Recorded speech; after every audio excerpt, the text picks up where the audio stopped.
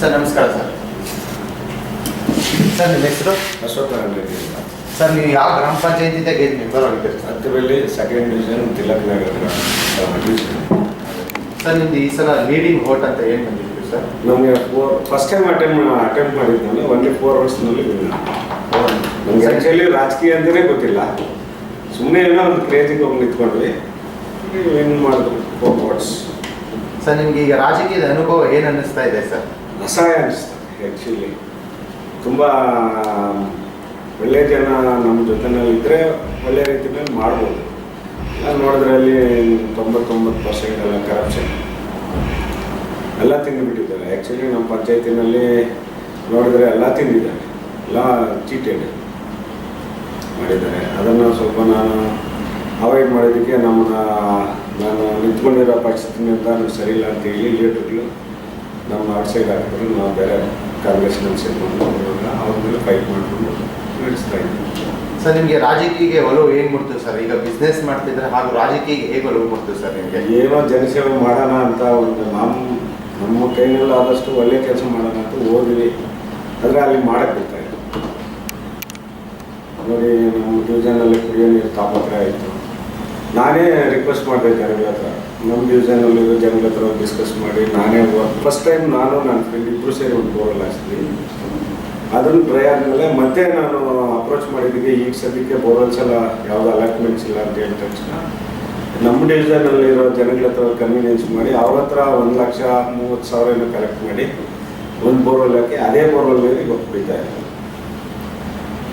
ನಾವೇ ಓನಾಗಿ ನಮ್ಮ ಡಿವಿಷನಲ್ಲಿ ನಮ್ಮ ವೋಟರ್ಸ್ನೆಲ್ಲ ಕನ್ವಿನೆನ್ಸ್ ಮಾಡಿದ್ವಿ.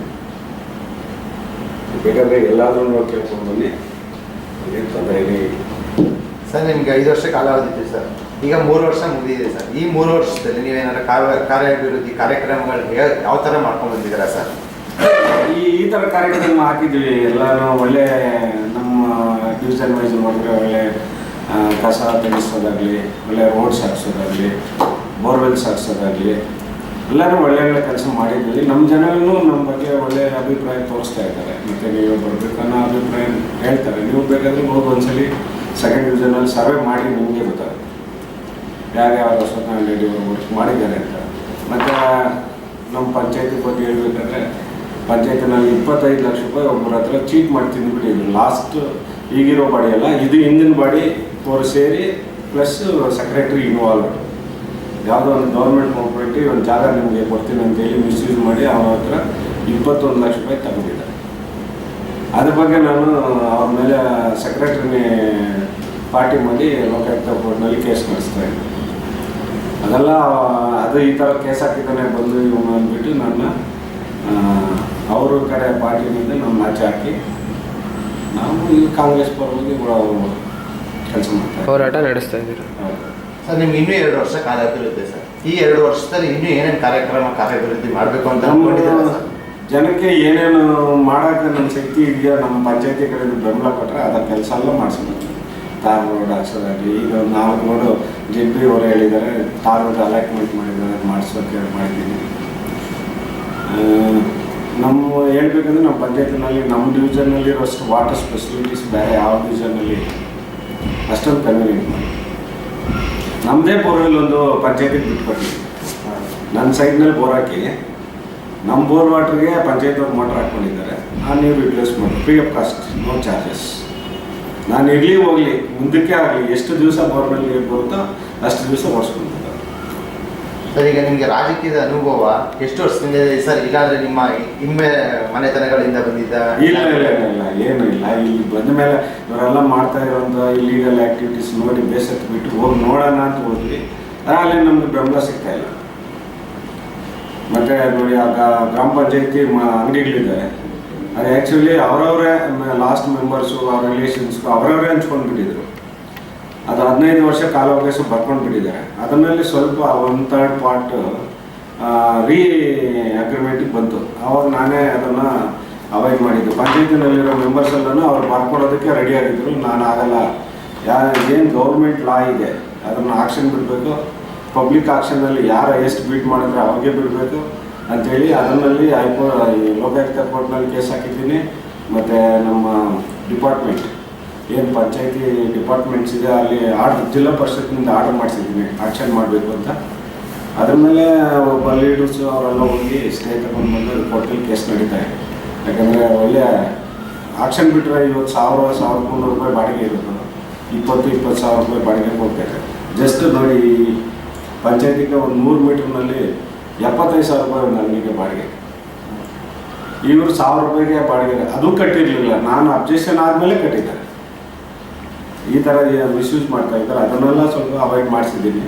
ಆದಷ್ಟು ನಾನು ಎಲ್ಲದಕ್ಕೂ ಅವಾಯ್ಡ್ ಮಾಡೋದಕ್ಕೆ ಪ್ರಯತ್ನ ಪಟ್ಟಿದ್ದೀನಿ. ಅದು ನಮ್ಮ ಕೈನಲ್ಲಿ ಆದಷ್ಟು ಮಟ್ಟಿಗೆ ಒಳ್ಳೆ ಕೆಲಸ ಮಾಡ್ಕೊಂಡು ಹೋಗ್ತಾ ಇದ್ದೀನಿ. ಒಳ್ಳೆ ಕೆಲಸ ನಾನು ಹೇಳೋದಲ್ಲ, ಜನ ಕೇಳಿ ನೀವು ತಿಳ್ಕೊಳ್ಳಿ, ಅವ್ರು ಏನು ಹೇಳ್ತಾರೆ ಆಮೇಲೆ ನೀವು ಡಿಸ್ಪ್ಲೇ ಮಾಡಿ. ಸರ್, ನಿಮಗೆ ರಾಜಕೀಯಕ್ಕೆ ಬರೋಕ್ಕೆ ನಿಮಗೆ ಅದರ ಗುರುಗಳು ನಿಂಬೆಲೆ ಅಂತ ಯಾರು ಇಲ್ಲ. ನಾವೇನೋ ಬಿಸ್ನೆಸ್ ಮಾಡಿದ್ವಿ, ಏನೋ ಒಂದು ಚಿಕ್ಕ ಇಂಡಸ್ಟ್ರಿ ಇಟ್ಕೊಂಡು ಇದನ್ನು ನೋಡಿ ಬೇಸತ್ತು ಬಿಟ್ಟು ಹೋಗಿ ನೋಡೋಣ, ನಾವು ಒಂದು ಅಜ್ಜಿ ಮುಂದೆ ಹೋಗಿ ನೋಡೋಣ ಅಂತ ನೋಡಿ ಮಾಡಿದ್ದು. ನಮ್ಮ ಜನ ಒಳ್ಳೆ ಅಭಿಪ್ರಾಯ ಒಳ್ಳೆ ವ್ಯಕ್ತಪಡಿಸ್ತಾ ಇದ್ದಾರೆ, ಒಳ್ಳೆ ಕೆಲಸ ಮಾಡಿದ್ವಿ ಅಂತ. ಮುಂದಕ್ಕೆ ಏನಾಗುತ್ತೆ ನೋಡ್ರಿ. ಸರ್, ಈ ಮೂಲಕ ನಿಮ್ಮ ಜೊತೆಲಿರುವ ಸದಸ್ಯರಿಗೆ ಏನು ಹೇಳಕ್ಕೆ ಇಷ್ಟಪಡ್ತೀರಾ ಸರ್? ನಾವು ಎಷ್ಟು ಹೇಳಿದ್ರೂ ಅವ್ರ ನೇಚರ್ ಏನಿದೆ ಅಂತ ನಾವು ಹೆಂಗೆ ಹೇಳೋಕ್ಕಾಗಲ್ಲ. ಅವರು ಒಳ್ಳೆಯ ರೀತಿ ಒಳ್ಳೆ ಕೆಲಸ ಮಾಡಬೇಕು, ನಾವು ಹೋಗಿದ್ದೀವಿ ಅಲ್ಲಿ ಅಂತ ಒಳ್ಳೆ ಅಭಿಪ್ರಾಯ ಅವ್ರಿಗೆ ಇರಬೇಕು. ಅಷ್ಟು ಜನ ಯಾರೂ ಕಾಣಿಸ್ಲಿಲ್ಲ. ನಾವು 10 ರೂಪಾಯಿ ಖರ್ಚು ಮಾಡಿದ್ದೀವಿ, 1,000 ರೂಪಾಯಿ ಪ್ರಾಫಿಟ್ ಮಾಡಬೇಕು ಅನ್ನೋದೇ ನೋಡ್ತಾರೆ ಹೊರತು ಏನೋ ಬಂದಿದ್ದೀವಿ ಇಲ್ಲಿ ಒಳ್ಳೆ ಕೆಲಸ ಮಾಡಿ 4 ಜನ ಆದಷ್ಟು ನಮ್ಮ ಕೈನಲ್ಲಿ ಆದಷ್ಟು ಒಂದು ಒಳ್ಳೆ ಕೆಲಸ ಮಾಡ್ಬೋದನ್ನ ಗೌರ್ಮೆಂಟ್ಸಿಂದ ಫಂಡ್ಸ್ ಬರುತ್ತೆ, ಅದನ್ನು ಒಳ್ಳೆಯದಕ್ಕೆ ಯುಟಿಲೈಸ್ ಮಾಡೋದು. ಏನು ಬರುತ್ತೆ ಅದನ್ನು ತಿನ್ನೋಣ ಅನ್ನೋದು ನೋಡ್ತಾ ಇದ್ದಾರೆ, ತಿನ್ನೋದಕ್ಕೆ ನೋಡ್ತಾರೆ. ಸರ್, ನೀವು ಈ ಸ್ಥಾನಕ್ಕೆ ಬರೋಕ್ಕೆ ನಿಮ್ಮ ಗ್ರಾಮದ ಜನತೆ ಕಾರಣ ಸರ್? ಹೌದು, ನಾನು ನಿಂತ್ಕೊಳ್ಳೋವಾಗ ನಾನು ಗುರುತಿಸ್ಬಿಟ್ಟು ಓಟ್ ಹಾಕಿದ್ದವರೇ ಕಾರಣ. ಸರ್, ಈ ಮೂಲಕ ನಿಮ್ಮ ಜನರಿಗೆ ಏನು ಹೇಳಕ್ಕೆ ಇಷ್ಟಪಡ್ತೀರಾ ಸರ್? ನಾನು ಹೇಳೋದು ಏನಂದರೆ, ಈಗ ನಾನು 5 ವರ್ಷ ನಾನು ಮೆಂಬರ್ ಆಗಿ ನಾನು ಆಯ್ಕೆ ಮಾಡಿದ್ರು. ನೆಕ್ಸ್ಟು ನಾನು ಅದೇ ಡಿವಿಷನಲ್ಲೋ ಇಲ್ಲ ಬೇರೆ ಡಿವಿಷನಲ್ಲೋ ನಿಂತ್ಕೊಳ್ಳೋವಾಗ ಅವ್ರಿಗೆ ನಾನು ಹೋಗಿ ನಾನು ಓಟ್ ನಿಂತ್ಕೊಳ್ತಾ ಇದ್ದೀನಿ, ನಿಮ್ಮ ಜನಸೇವೆ ಮಾಡೋಕ್ಕೆ ಬರ್ತಾಯಿದ್ದೀನಿ, ನನಗೆ ಓಟ್ ಕೊಡಿ ಅಂತ ಕೇಳ್ತೀನಿ ಅಂತ ಇಟ್ಕೊಳ್ಳಿ. ಆವಾಗ ಅವ್ರು ನಮ್ಮನ್ನ ಕ್ವಶನ್ ನಾವು ಕೇಳಬೇಕು, ನೀನು ಲಾಸ್ಟ್ 5 ಇಯರ್ಸ್ ಏನು ಮಾಡಿದೀಯಾ, ಏನು ಒಳ್ಳೆ ಕೆಲಸ ಮಾಡಿದೀಯಾ, ಯಾಕೆ ನೀನು ಓಟ್ ಹಾಕಬೇಕು ಅನ್ನೋದು ಜನದಲ್ಲಿ ಒಳ್ಳೆ ಈ ಥರ ಅಭಿಪ್ರಾಯ ಮೂಡಿದವಾಗೆ ಒಳ್ಳೆ ಜನನ ಆಯ್ಕೆ ಮಾಡೋಕ್ಕಾಗುತ್ತೆ. ಇನ್ನೊಂದು ಏನು ಮಾಡ್ತಾರೆ, ನಮ್ಮ ನೆಂಟರು, ನಮ್ಮ ರಿಲೇಷನ್ನು, ನಮ್ಗೆ ಬೇಕಾದವರು ಅಂತ ಆಯ್ಕೆ ಮಾಡಿದ್ರೆ ಇದೆಲ್ಲ ಇದಾಗಲ್ಲ. ನನಗೆ ಗೊತ್ತಿರೋ ಮಟ್ಟಿಗೆ ಒಳ್ಳೆಯದು ಆಗೋ ಕೆಲಸ ಮಾಡೋಕ್ಕಾಗಲ್ಲ. ಎಲ್ಲ ಕರಪ್ಷನ್ ಪೀಪಲ್ಸೇ ಸೇರ್ಕೊಂಡು ನಾವು ಎಲ್ಲಿ ಬರಲಿ ಒಳ್ಳೆ ಕೆಲಸ ಮಾಡೋಕ್ಕಾಗಲ್ಲ. ನೋಡಿ, ಇಲ್ಲಿ ಒಂದು ಆನೆಕಲ್ ರೋಡ್ನಲ್ಲಿ ಹತ್ತಬಲ್ಲಿ ಬಿಟ್ಟು ದೇವಸ್ಥಾನ ಇದೆ ನೋಡಿ, ಆಪೋಸಿಟ್ ಒಂದು ಲೇಔಟ್ ಮಾಡಿದ್ದಾರೆ. ಆ ಲೇಔಟನ್ನು 1.5 ಲಕ್ಷ ಕಾಂಟ್ರಿಬ್ಯೂಷನ್ ಕೊಟ್ಟ ಒಬ್ಬ ಮೆಂಬರ್ಗೆ. ನನಗೆ ಗೊತ್ತಿರೋ ಮಟ್ಟಿಗೆ ಅದರಲ್ಲಿ ಯಾರು ಎಷ್ಟು ಜನ ಎಷ್ಟು ತಗೊಂಡಿದ್ದಾರೋ ಗೊತ್ತಿಲ್ಲ. ನಾನು ತಗೊಳ್ಳಿಲ್ಲ, ನನಗೆ ಬೇಕಾಗಿಲ್ಲ. ನಾನು ಈ ಪಂಚಾಯತಿ ಸರ್ಕಲ್ನಲ್ಲಿ ಒಂದು ಲೈಟ್ ಹಾಕ್ಕೊಡು ಅಂತ ಹೇಳಿದೆ. ಆವತ್ತು ಇದ್ದಿದ್ದ ಲೀಡ್ರು ಬೇಡ, ನಾನು ಮಾತಾಡ್ಕೊತೀನಿ ಅವ್ರ ಹತ್ರ, ನೀವು ನಾನು ನೋಡ್ಕೊತೀನಿ ಅಂತೇಳಿ ಅವಾಯ್ಡ್ ಮಾಡಿ ಆ 1.5 ಲಕ್ಷ ರೂಪಾಯಿನ ನಾನು ಬೇಡ ಅಂತ ರಿಕ್ವೆಸ್ಟ್ ಮಾಡಿದ್ದಕ್ಕೆ ಅದು ಸ್ಕೂಲ್ಗೆ ಒಂದು ಬಿಲ್ಡಿಂಗ್ ಕಟ್ಟೋದಕ್ಕೆ ಕಾಂಟ್ರಿಬ್ಯೂಷನ್ ತಗೊಂಡ್ರು. ನನ್ನ ಹೆಸರು ನಮ್ಮ ತಂದೆ ನನ್ನ ಹೆಸರೆಲ್ಲ ಅಲ್ಲಿ ಫೋಟೋ ಹಾಕೋ ಕೂಡ ನಾನು ಅವಾಯ್ಡ್ ಮಾಡ್ತೀನಿ. ನಮ್ಮ ಹೆಸರು ಹಾಕಬಾರ್ದು, ನಮ್ಮ ಡಿವಿಷನ್ ಹೆಸರು ಹಾಕಿ. ಸಪೋಸ್ ಅವ್ರು ಓಟ್ ಹಾಕಿ ನಾನು ಆಯ್ಕೆ ಆಗಿ ಬಂದಿದ್ದು, ಅವ್ರ ಕಡೆಯಿಂದ ನೀವು ಕೊಟ್ಟಿದ್ರೆ ದುಡ್ಡು ಎಲ್ಲರೂ ತಗೊಂಡಿದ್ದಾರೆ, ನಾನು ತಗೊಳಲ್ಲ ಅಂತ ಹೇಳಿದ್ದೀನಿ. ಆ ದುಡ್ಡು ನೀವು ಯಾರೋ 4 ಜನ ಎಜುಕೇಷನ್ ಟ್ರಸ್ಟ್ಗೆ ಅಂತ ಹಾಕ್ಕೊಂಡ್ರಿ, ಒಳ್ಳೇದಾಯಿತು. ನಾದ್ರೆ ನಮ್ಮ ಹೆಸರು ಹಾಕ್ಬೇಡಿ ಅಂತ ಹೇಳಿದೆ. ಇವತ್ತು ಹಾಕ್ಬಿಟ್ಟಿದ್ದಾರೆ, ಅದಕ್ಕೂ ಜನ ಬೈಕೊಂಡ್ರು.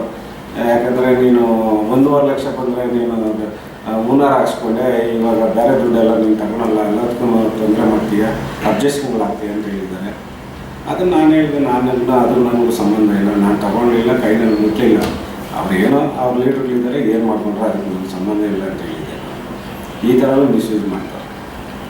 ಅದೇ ಲೇಔಟ್ ಓನರ್ ಕೇಳಿದೆ, ನೀನು ಯಾಕೆ ದುಡ್ಡು ಕೊಡ್ತೀಯ, ನೀನು ಏನು BMRD ಅಪ್ರೂವಲ್ ಮಾಡ್ಕೊಂಡು ಬಂದಿದ್ದೀಯಲ್ವ, ನೀನು ಯಾಕೆ ಮೆಂಬರ್ಗೆ ದುಡ್ಡು ಕೊಡ್ತೀಯ ಅಂತ ಕೇಳಿದ್ದೆ. ನಾನು ದುಡ್ಡು ಕೊಡೋವಂಥ ಕರ್ತವ್ಯ ಯಾಕೆ, ನೀನು ಕರೆಕ್ಟಾಗಿ ಲೇಔಟ್ ಮಾಡಿದರೆ ನಮಗೆ ಯಾಕೆ ನೀನು ದುಡ್ಡು, ನೀನು ಮೀಟಿಂಗ್ ಕರೆದ್ಬಿಟ್ಟು ಹೋಟ್ಲಲ್ಲಿ ನಾವು ಇಷ್ಟು ದುಡ್ಡು ಕೊಡ್ತೀವಿ, ನಮ್ಗೆ ಅಪ್ರೂವಲ್ ಮಾಡಿಕೊಡಿ ಅಂತ ನೀವು ಯಾಕೆ ಕೇಳ್ತೀವಿ ಅಂತ ಕೇಳಿದೆ.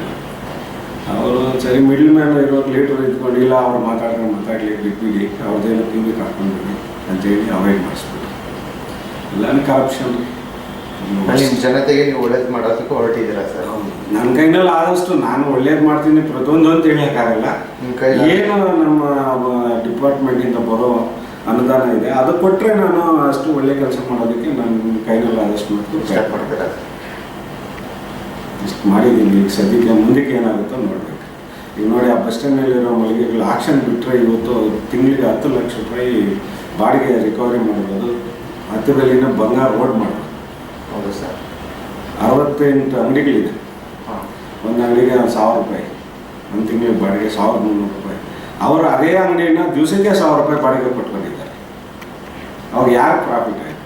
ತಿಂಗಳು ಕೊಡೋದು ಈ ತಿಂಗಳಿಗೆ ಕೊಡೋದು ಇಲ್ಲಿ 1000-1300 ರೂಪಾಯಿ. ನನ್ನ ಹತ್ರ ಲೀಸ್ಟ್ ಇದೆ, ಕೊಡ್ತೀನಿ ಡೀಟೇಲ್. ನಾನೇನು ಸುಮ್ಮನೆ ಹೇಳಿಲ್ಲ, ಎಲ್ಲ ನಾನು ಏನು ಮಾತಾಡಿದ್ದೀನಿ ಪ್ರತಿಯೊಂದಕ್ಕೂ ಡೀಟೇಲ್ ಇದೆ. ಪಂಚಾಯತಿನಿಂದನೇ ನಾನು RT ಆ್ಯಕ್ಟ್ನಲ್ಲಿ ಅಪ್ಲೈ ಮಾಡಿ ತಗೊಂಡು ಇಟ್ಕೊಂಡಿದ್ದೀನಿ. ಯಾಕಂದರೆ ಕೋರ್ಟ್ನಲ್ಲಿ ಕೇಸ್ ನಡೀತಾ ಇದೆ. ನಾಳೆ ದಿವಸ ಏನಾದರೂ ಕೇಳಿದ್ರೆ ಕೊಡಬೇಕಲ್ವ, ಅದಕ್ಕೋಸ್ಕರ ಇಟ್ಟಿದ್ದೀನಿ. ಈ ಥರ ನಡೀತಾ ಇದೆ. ಒಟ್ಟಿನಲ್ಲಿ ನೀವು ಜನತೆಗೆ ಒಳ್ಳೇದು ಮಾಡ್ತೀರಾ? ನಮ್ಮ ಕೈಯಲ್ಲಿ ಆದಷ್ಟು ಜನಸೇವೆ ಮಾಡಬೇಕು, ಒಳ್ಳೇದು ಮಾಡಬೇಕು ಅನ್ನೋದು ನಮ್ಮ ಅಭಿಪ್ರಾಯ. ಇಷ್ಟ. ಅದನ್ನು ಮಾಡೋಕ್ಕೆ ಬಿಡದಿರ ಅಡ್ಡಾಕೋರು ತುಂಬ ಜನ ಇದ್ದಾರೆ. ಅದನ್ನೆಲ್ಲ ಅವಾಯ್ಡ್ ಮಾಡ್ಕೊಂಡು ಹೋಗಿ ಆದಷ್ಟು ಮಾಡ್ತಾ ಇದ್ದೀವಿ.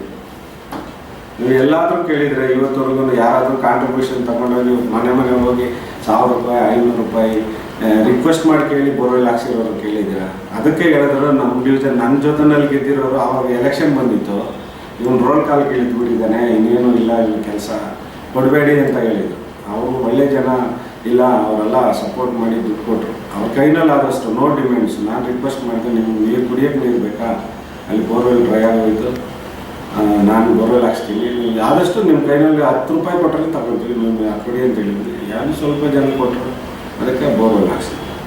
ಒಳ್ಳೆ ನೀರು ಸಿಕ್ಕಿದೆ, ಕುಡಿತಾ ಇದೆ, ಇಷ್ಟು ನಡೀತಾ ಇದೆ. ಸರ್, ಇಷ್ಟೊತ್ತು ಮಾತಾಡಿದ್ದಕ್ಕೆ ನಮ್ಗೆ ತುಂಬ ಸಂತೋಷ ಆಯಿತು. ಧನ್ಯವಾದಗಳು ಸರ್.